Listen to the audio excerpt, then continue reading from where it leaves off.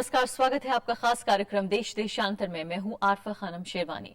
आज हम फिर से एक बार बात कर रहे हैं पाकिस्तान की, क्योंकि तहरीके तालिबान पाकिस्तान ने अपना नया नेता चुन लिया है। हकीमुल्लाह महसूद की अमेरिकी ड्रोन हमले में हत्या के बाद अब तालिबान की कमान मुल्ला फजलुल्लाह के हाथ में होगी।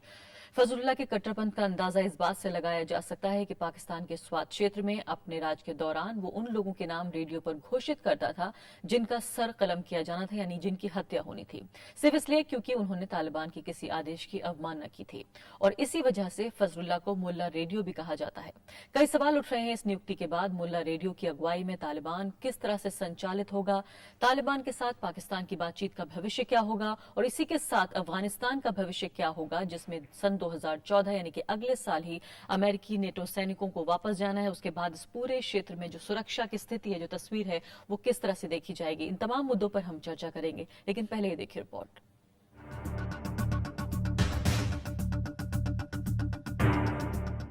तहरीके तालिबान आतंकी हकीमुल्लाह महसूद के अमेरिकी ड्रोन हमले में मारे जाने के बाद टीटीपी ने मुल्ला फजलुल्लाह को अपना नया प्रमुख बना दिया है। इसके पहले असमतुल्लाह को तालिबान का कार्यवाहक प्रमुख बनाया गया था। हकीमुल्लाह महसूद की मौत के बाद तालिबान ने जवाबी कार्रवाई करने का ऐलान कर दिया था, जिसके चलते पाकिस्तान में सुरक्षा कड़ी कर दी गई थी। मुल्ला फजलुल्लाह ने ही मलाला यूसुफजई की हत्या का फरमान जारी किया था। 30 साल का हकीमुल्लाह महसूद 2009 में पाकिस्तानी तालिबानी नेता बैतुल्लाह महसूद के ड्रोन हमले में मारे जाने के बाद कमांडर बना। हकीमुल्लाह को साल 2007 में बैतुल्लाह ने अपना कमांडर नियुक्त किया था। 11 सितंबर 2001 को अमेरिका पर हुए हमले के बाद से अमेरिका एक के बाद एक शीर्ष तालिबान नेताओं को रास्ते से हटा रहा है। 12 साल से जारी इस जंग में अमेरिका अलकायदा के सबसे बड़े आतंकी ओसामा बिन लादेन का खात्मा कर चुका है। अमेरिका ने हकीमुल्लाह के खात्मे को अपनी आतंक के खिलाफ लड़ाई का हिस्सा बताया। 2014 में अफगानिस्तान में चुनाव होने हैं और उसके बाद अमेरिकी सैनिक वापस देश लौट जाएंगे। ऐसे में नए टीटीपी प्रमुख बनने से अमेरिका किस तरह आतंक के खिलाफ अपने अभियान में तब्दीली लाता है, ये देखना महत्वपूर्ण होगा। Bureau report, Rajya Sabha TV. तो इस खास मुद्दे पर चर्चा के लिए मेरे साथ कई खास मेहमान मौजूद हैं। मेरे साथ हैं विवेक काटजू, जो कि पूर्व राजदूत हैं और अफगानिस्तान में भी पोस्टेड रह चुके हैं। इसके अलावा मेरे साथ हैं air vice marshal retired Kapil काक, जाने माने डिफेंस एक्सपर्ट हैं, और साथ ही कुर्बान अली साहब, वरिष्ठ पत्रकार, बीबीसी के साथ बहुत दिनों तक इन्होंने काम किया है। और मेरे साथ अफगानिस्तान से, काबुल से भी एक और खास मेहमान फोन लाइन पर मौजूद होंगे, सैयद अनवर, जो कि रिपोर्टर हैं बीबीसी पर्शियन पश्तो सर्विस के। उनसे भी हम वहां से ताजा हालात जानने की कोशिश करेंगे, किस तरह से इस नियुक्ति को अफगानिस्तान में देखा जा रहा है, ये जानने की कोशिश करेंगे। सबसे पहले विवेक काटजू जी, मैं आपकी तरफ आना चाहती हूँ। ये बताइए कि पहली बार ऐसा हुआ है 2007 से लेकर अब तक कि महसूद ट्राइब से बाहर किसी को नियुक्त किया गया है, ये किस तरह का संकेत देता है? मुझे तो ऐसा लगता है कि महसूद कबीले में इस पर लीडरशिप के मसले पर मतभेद थे, जिसकी वजह से उनको मुल्ला फजलुल्लाह को अपना लीडर नियुक्त करना पड़ा। यानी ये नहीं कह रहे हैं कि आप कि जो महसूद कबीला था उसमें इतना कट्टर कोई नहीं मिला इसलिए बाहर जाना पड़ा? नहीं, मुझे वो नहीं दिखता है। देखिए, ये कट्टर ज्यादा या कट्टर कम पर हमें ज्यादा जोर नहीं देना चाहिए। दरअसल बात यह है कि क्या इस वक्त टीटीपी से पाकिस्तानी हुकूमत की बातचीत का जो एक सिलसिला आरंभ होना था, उस पर इस नियुक्ति की कुछ का असर पड़ेगा या नहीं? जी हाँ, लेकिन विवेक काटजू जी, जो पॉलिसी जो बताई जा रही है कि जिस विचारधारा के हैं फजलुल्लाह, उस हिसाब से अगर देखा जाए तो साफ तौर पर वो किसी भी बातचीत के पक्ष में नहीं है, बल्कि तालिबान के स्पोक्सपर्सन ने ये कह दिया है कि अब हम कोई बातचीत पाकिस्तान से नहीं करेंगे, पाकिस्तानी सरकार से नहीं करेंगे, क्योंकि ये भी कहा जाता है कई बार कि जिस तरह से उन्होंने कसम खाई है कि जब तक पाकिस्तानी सरकार को उखाड़ नहीं फेंकेंगे, चैन की सांस नहीं लेंगे। तो कहीं ना कहीं फजलुल्लाह की नियुक्ति ये भी इस तरफ भी इशारा कर रही है कि जो एक शांति की संभावना बन रही थी, शायद वो अब खत्म होगी। देखिए, मुझे तो बहुत संदेह था कि बातचीत किसी मुकाम पर पहुंचेगी, क्योंकि टीटीपी के जो उद्देश्य हैं, जो लक्ष्य हैं, जो उनकी मान्यताएं हैं, वो पाकिस्तान की हुकूमत से इतनी मुख्तलिफ हैं कि बीच का रास्ता ढूंढना मुश्किल था। तो अब चाहे फजलुल्लाह हो कायद उनके, या कोई और हो तहरीक तालिबान पाकिस्तान का कायद, मुझे नहीं लगता है कि इस शांति के रास्ते पे कोई जा सकता है। ये तो लड़ाई पाकिस्तानी हुकूमत को लड़नी है, बिल्कुल कट्टरपंथी के खिलाफ, टेरर आतंकवाद के खिलाफ। जी। लेकिन जब तक वो ये पाकिस्तानी हुकूमत और पाकिस्तानी फौज इस रास्ते पे चलेगी कि कुछ कट्टरपंथी और कुछ तो आतंकी अच्छे हैं, कुछ बुरे हैं, तब तक उनको इस लड़ाई में सफलता मिल ही नहीं जी सकती। जी कपिल काक जी, ये बताइए कि जिस तरह से हमने देखा है कि पिछले कई सालों के दौरान अगर एक रफ अंदाजा लगाए, मैं कहीं पढ़ रही थी डेटा उस तरह का कि 40,000 जो है वो पाकिस्तानी नेशनल्स को मारा गया है तालिबान के जरिए, जिसमें 7,000 जो है वो सुरक्षा बल भी हैं। अब इस बार जो बात हो रही थी कि शांति स्थापित हो सकती है या शांति की कम से कम बातचीत की संभावना बन रही थी, इस नियुक्ति के बाद आपको लगता है कहीं ना कहीं खून खराबा और बढ़ सकता है? नहीं, इस पर कोई शक नहीं है, खून खराबा बढ़ेगा।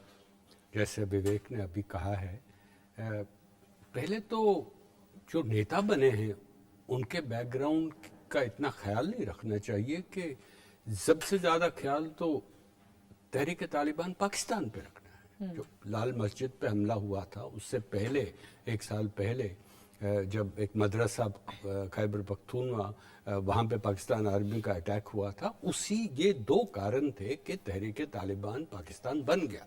और उस वक्त बैतुल्ला महसूद ने बनाया था और उसके बाद हकीमुल्लाह, दोनों ड्रोन अटैक में मारे गए। अब सोचना है कि फजलुल्लाह को कब ड्रोन अटैक से मारा जाएगा। अमेरिका तो इस पर कोई कंफ्यूजन नहीं है।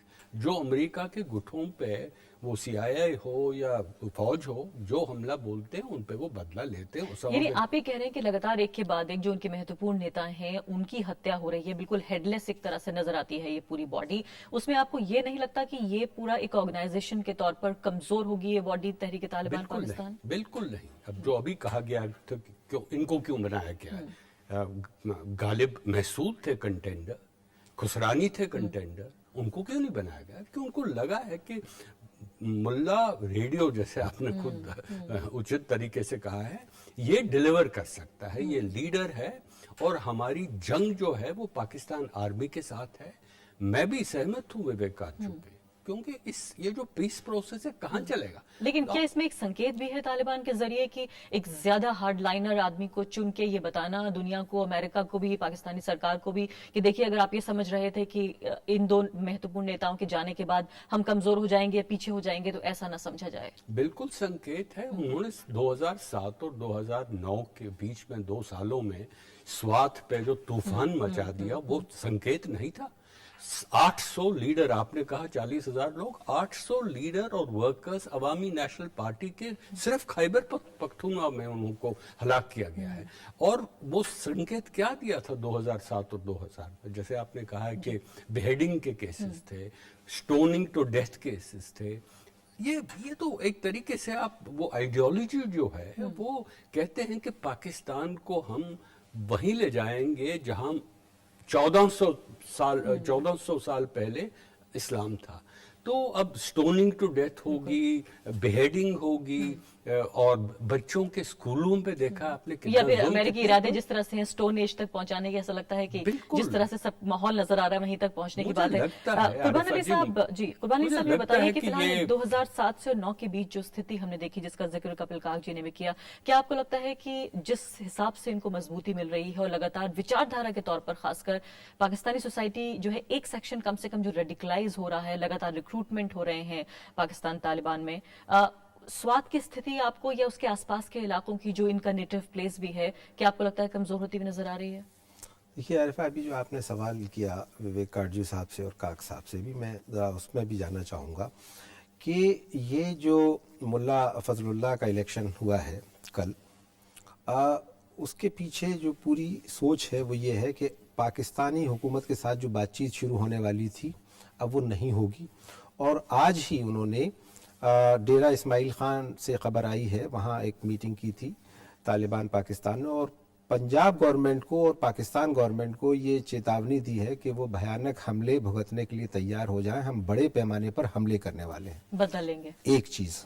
दूसरी चीज़, उनके साथ जो इमरान खान हैं और जिनकी पार्टी खैबर पख्तूनख्वा में हुकूमत में है, उन्होंने ये वार्निंग दे दी है नेटो फोर्सेस को कि अगर 19 नवंबर तक ये ड्रोन हमले बंद नहीं हुए तो हम नेटो की जो मिलिट्री सप्लाई है उसको रोक देंगे। अब ये बड़ा अहम फैसला है। अगर इमरान खान इस पे कायम रहते हैं तो इससे नेटो फोर्सेस को, खास करके अमेरिकी फोर्सेस को काफी परेशानी हो सकती है। परेशानी तो हो सकती है, लेकिन अभी जो अमेरिका ने 1.6 बिलियन डॉलर की जो मदद का ऐलान किया है, आपको लगता है क्या सीधे सीधे वो मदद उससे प्रभावित नहीं होगी अगर ये फैसला होता है? हम जानते हैं कि किस हद तक वो जो पाकिस्तानी हुकूमत के लिए है जी अर्थव्यवस्था उस पर निर्भर करती है। नहीं, वो एक अलग चीज है। लेकिन अगर इमरान खान की पार्टी, जो कि एक रूलिंग पार्टी है, वो मिलिट्री सप्लाई रोक देती है तो मिलिट्री ऑपरेशंस अफेक्ट होंगे। क्या वो फैसला ले सकते हैं उनके संविधान के उन्होंने ले लिया है। उन्होंने कहा है कि हम नहीं होने देंगे। और आप देख रहे हैं कि जो माहौल है पूरे नॉर्थ वजीरिस्तान में, स्वात वैली में और फाटा के एरिया में, तो उसमें मुझे नहीं लगता कि पब्लिक ओपिनियन भी उनके खिलाफ जाएगा। नहीं, मैं ये जो जानना चाह रही हूँ आपसे एक टेक्निकल पॉइंट कि क्या वाकई एक प्रांत की सरकार ये फैसला ले सकती है पूरे देश के बिहाफ पर? क्या उनका संविधान इस बात की इजाजत ये देता तो है? टकराव होगा केंद्र की सरकार में, पाकिस्तान की और राज्य सरकार में। लेकिन अगर राज्य सरकार चाहेगी कि वो ऑपरेशंस रोक दे, और खास करके वो ऑपरेशंस जो रोड के जरिए से होने हैं, हवाई ऑपरेशंस पे तो उसका कंट्रोल नहीं होगा, लेकिन जो सप्लाईज बाय रोड जाती है उसको तो रोक देंगे। और जाहिर है कि जो मिलिट्री सप्लाई जाती है उसका एक बड़ा हिस्सा वो NWFP में होकर के जाता है, खैबर पख्तूनवा में होकर के जाता है। तो इसको भी मद्देनजर रखना चाहिए। और जो आप कह रही थी, इसमें तो कोई दो राय नहीं है कि वो खूंखार मुल्ला फजलुल्लाह जो है वो एक कसाई के तौर पर जाना जाता है। वो बिहेडिंग करवाता था, वो पब्लिक लिए कोड़े लगवाता था, उसने ही मलाला यूसुफजई पर अटैक किया था। तो उसमें उसका जो अपना बैकग्राउंड है उसमें तो किसी तरह की नरमी की उम्मीद नहीं है। और खास क्रेडेंशियल्स उनके इस बात के हैं कि स्कूलों पर और कॉलेजेस पर हमले करने की, शिक्षा की जो वो तो संस्थान उनकी है घोषित नीति है, वो तो उसको करेंगे। लेकिन असली चीज ये है कि जो एक पीस प्रोसेस की बात हो रही थी, अभी मैं सऊदी अरब में था, वहां जो तालिबान के लीडर्स हैं वो भी आए हुए थे किंग के लंच में, और उन्होंने इसमें कहा कि साहब सऊदी अरब के किंग को जो है इसमें मसालहत करनी चाहिए, एक रेफरी का रोल। लेकिन अब जो ये हालात बने हैं, खास करके हकीमुल्लाह की मौत के बाद, तो अब अमेरिका के खिलाफ एक माहौल बन गया है कि जब तक ड्रोन हमले नहीं रुकेंगे तब तक हम किसी तरह की कोई बातचीत बातचीत नहीं नहीं होगी। करेंगे। काजी कुछ कहना चाहते हैं आप? नहीं, बात यह है कि आप कह रहे थे एक प्रांत है, इमरान खान कह रहे हैं कि 19 धमकी दी है 19 नवंबर तक अगर आप ड्रोन अटैक नहीं बंद करते हम आपकी सप्लाईज रोकेंगे। ये सवाल पूछना है इमरान खान की। उनकी सरकार जो खैबर पख्तूनवा में है, 30% सालाना बजट फॉरेन डोनर से आता है जी, और फॉरेन डोनर्स में प्रिंसिपल डोनर तो अमेरिका है। पाकिस्तान आर्मी, जिसने इस बारे में एक भी स्पोक्समैन ने भी बात नहीं की है, जो उनको लक्ष्य उनका क्या था। सबसे बड़ी खुशी तो इस मामले में पाकिस्तान थल सेना को होनी चाहिए थी। चुप बैठे हैं, सिर्फ नवाज शरीफ ने बल्कि उल्टा अगर देखें तो उनको एक शहीद का दर्जा दिया जा रहा है। यही मैं मतलब कह लोग ये रहा कह रहे हैं कि शायद पाकिस्तानी सरकार जी, को एहसानमंद जी, होना चाहिए जी, अमेरिका का, आपने- शायद वो कुछ ऐसे जो मौके हैं। जी, आपने ये एड की कही है, देखिए पाकिस्तान की फॉल्ट लाइंस क्या है। जी, पहली है कि आर्थिक फॉल्ट लाइन।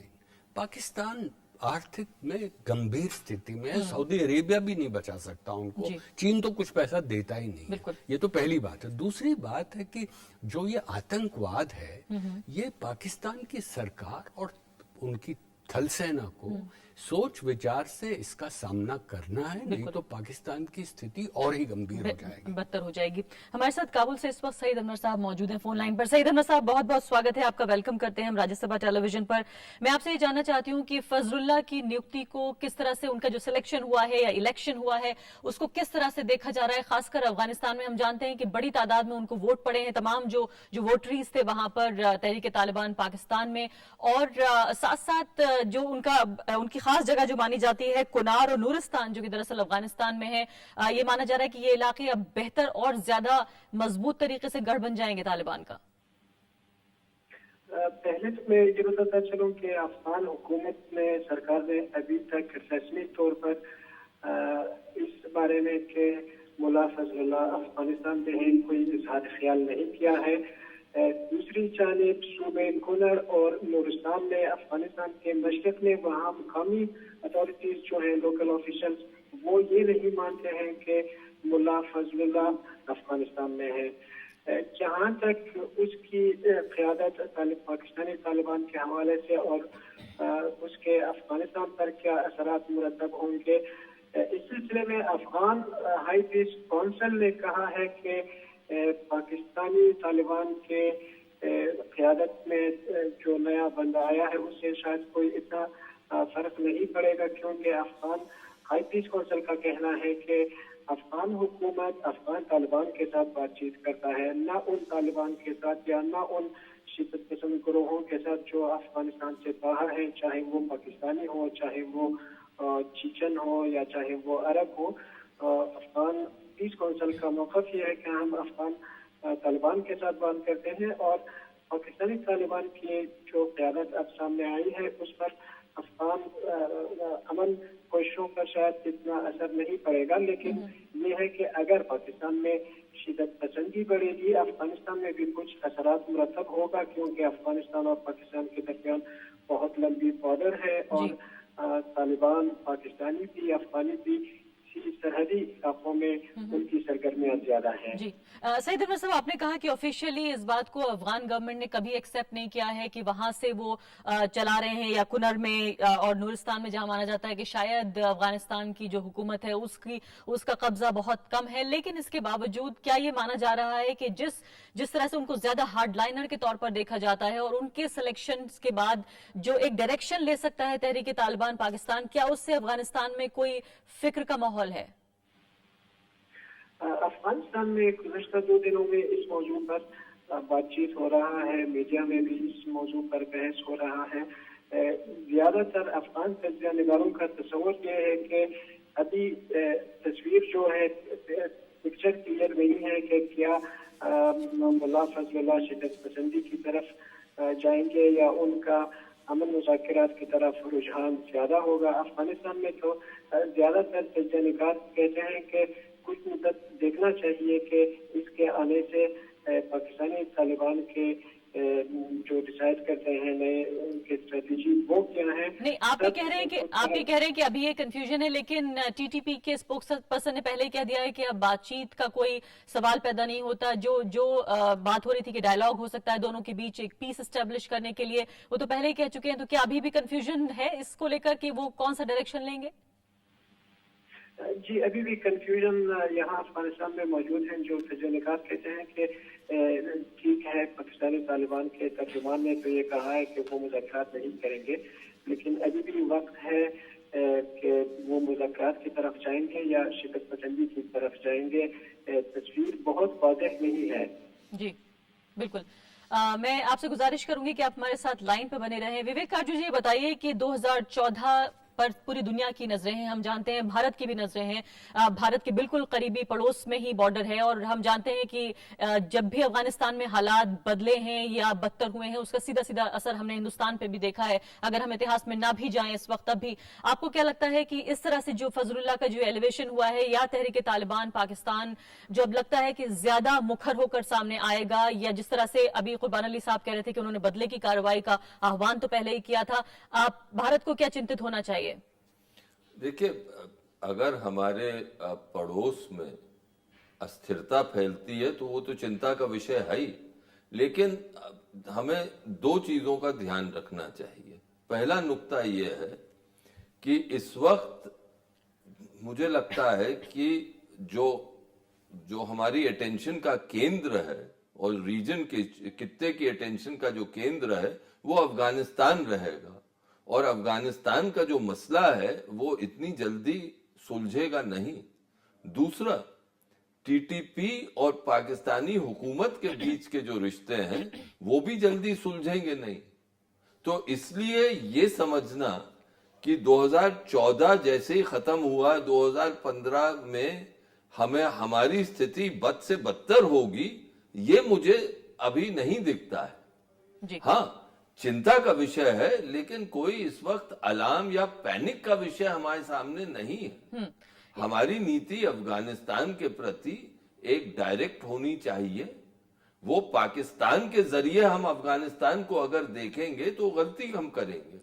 लेकिन जहां 2014 में जिस तरह के हालात अफगानिस्तान में पैदा होंगे, आपको लगता है कि उस अफगानिस्तान से भारत के संबंध किस तरह से होंगे? क्योंकि अभी से जिस तरह की आशंकाएं जाहिर की जा रही हैं कि अमेरिका पूरी तरीके से मैदान छोड़कर भाग रहा है, पहले से ही कितना इन्वेस्टमेंट हो चुका है, चाहे वो ह्यूमन रिसोर्स हो या फिर पैसे के हिसाब से हम देखें, आपको नहीं लगता कि भारत में वाकई एक बड़े तबके में सरकार में इसको लेकर चिंता है कि उस तरह का अफगानिस्तान भारत के लिए किस तरह के खतरे पैदा कर सकता है? देखिए, मुझे ये दिखता है कि अगर अफगानिस्तान के राष्ट्रपति के चुनाव जो अप्रैल 2014 में होने हैं, वो सफलतापूर्वक हो गए और एक नए राष्ट्रपति का चुनाव हो गया, तो फिर वहां की राजनीति कुछ पुख्ता होगी। राजनीति अगर पुख्ता होगी तो अफगान सेना जो है वो रहेगी, उसमें भी एक स्थिरता आएगी जी। और फिर तालिबान का जो चैलेंज है वो सेना और वहां के जो नए राष्ट्रपति हैं जी। उनका सामना वो कर पाएंगे। कुर्बान अली साहब जी, समय मेरे पास थोड़ा सा कम है, विवेक काटजू जी। कुर्बान अली साहब, ये बताइए कि ऐसे वक्त में जबकि हम ये मान रहे हैं कि अमेरिका और नेटो सेनाएं वहां से चली जाएंगी अफगानिस्तान से, ऐसे में जो तहरीक तालिबान पाकिस्तान है वो पाकिस्तान में किस स्थिति में रहेगा? देखिए, मुझे तो ये लगता है, हो सकता है कि मेरी आशंका गलत साबित हो, लेकिन अगर 14 में अमेरिकी जाते हैं, एक तो इसी पर बहुत बड़ा सवाल है कि वो जाते भी हैं कि नहीं। मुझे नहीं लगता कि आसानी से जाएंगे वो, और अगर वो किसी हालात और में जाना चाहिए भी नहीं। जी, जाना चाहिए भी नहीं। और लेकिन वहां अगर वो जाते हैं, नई सरकार जो होगी उसमें निश्चित रूप से जो तालिबान है उनका कब्जा होगा, उससे बचा नहीं जा सकता। कोई ये कल्पना करे कि अमेरिकी सेनाओं के और नेटो सेनाओं के जाने के बाद वहां गैर तालिबानी सरकार बन जाएगी, कम से कम मैं इस बात को डाइजेस्ट करने के लिए आप ये कह रहे हैं कि क्या, जिस कुर्बानी साहब की बात से आप सहमत हैं, क्या सरकार में उनकी एक स्थिति देख रहे हैं आप, एक हिस्सेदारी? बिल्कुल नहीं। मुझे लगता है कि वहां पे 3 बदलाव हैं। एक बदलाव तो विवेक साहब ने अभी बताया है कि राजनीतिक बदलाव के एक नए राष्ट्रपति होंगे। दूसरा बदलाव जो है वो आर्थिक बदलाव है, क्या सस्टेन कर पाएंगे जो नए राष्ट्रपति होंगे। और तीसरा जो है वो सिक्योरिटी बदलाव है, उस पे जो अफगान नेशनल फोर्सेस हैं उनको हमारे पास 1 साल है, हम उनको मजबूत बना सकते हैं। थल सेना हो, वायुसेना हो, वहां जाने की आवश्यकता नहीं है, यहाँ ट्रेन किया जा सकता है। $6.5 billion Afghanistan national security forces की बजट है इस साल की, तो $4.5 बिलियन तो अमेरिका उनको दे रहा है। बाकी देशों को उनको कंट्रीब्यूट करके उनको मजबूत करना है। मुझे लगता है, मेरी अभी तो बहुत जल्दी है, पहले तो अमेरिका भागेगा नहीं। हाँ, मुझे लगता है कि वो मेजॉरिटी फोर्सेस जो हैं चले जाएंगे, मगर 20-25 हजार जो और ड्रोन्स रहेंगे, एयर बेसिस रहेगी, अमेरिका भागने वाला नहीं है। और रूस, चीन और ईरान की भी इस पे काफी नजर रहेगी और भारत की भी नजर रहेगी। बहुत बहुत शुक्रिया कपिल काक जी आपका, कुर्बान अली साहब, विवेक काटजू और साथ ही सईद अनवर साहब का काबुल से खास शुक्रिया। तो साफ तौर पर आशंकाएं तो कई तरह की जाहिर की जा रही हैं कि इस तरह के स्टैंड के बाद, खासकर जिनको मुल्ला रेडियो या फजलुल्लाह कहा जाता है, उनके कमान संभालने के बाद तहरीक तालिबान पाकिस्तान की किस तरह का माहौल वहां पर पैदा होगा, क्या अशांति हो सकती है पहले से कहीं ज्यादा, और भारत में जरूर इसको लेकर एक चिंता का जो माहौल है वो देखा जा रहा है। इसी के साथ अभी के लिए इतना ही, नमस्कार।